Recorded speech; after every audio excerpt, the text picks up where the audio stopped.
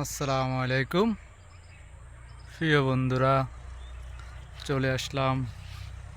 আজকে দেখেন অনেক দূরে আপনারা দেখতে পাইতেছেন কত সুন্দর সবুজ শ্যামল এই প্রাকৃতিক পরিবেশে চলে আসলাম।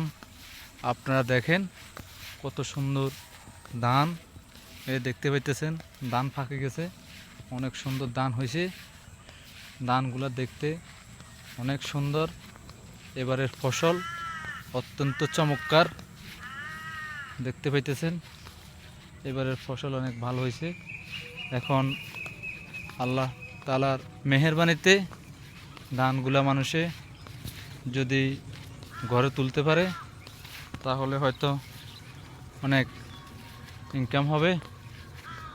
সবাই এই ধানের জন্য দোয়া করবেন, ধানগুলা যেন সুন্দরভাবে কেটে মানুষে নিতে পারে ঘরে, সেজন্য সবাই দোয়া করবেন। কত সুন্দর ধান দেখতে পাইতেছেন।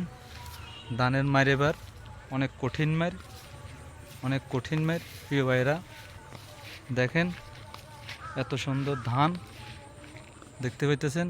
সারা মাঠে শুধু ধান আর ধান, সারা মাঠে শুধু ধান আর ধান। ধানগুলা অনেক সৌন্দর্য, এই প্রাকৃতিক সৌন্দর্য এ বাংলাদেশে প্রত্যেকটা আনাচে কানাচে এভাবে ধানের ফলন হয়। কারণ ধান এমন একটা পরিবেশে হয়। দেখেন এত সুন্দর পরিবেশে এই প্রকৃতির ঘেরাও যে পরিবেশ, এই পরিবেশে আপনারা দেখেন ধানগুলো দেখতে, ধানগুলো কিন্তু কাল ফাঁকতেছে আস্তে আস্তে। আপনারা দেখতেছেন অনেকগুলা জমি দেখা যাচ্ছে ফাঁকতেছে। ধানগুলা কাটার সময় হচ্ছে।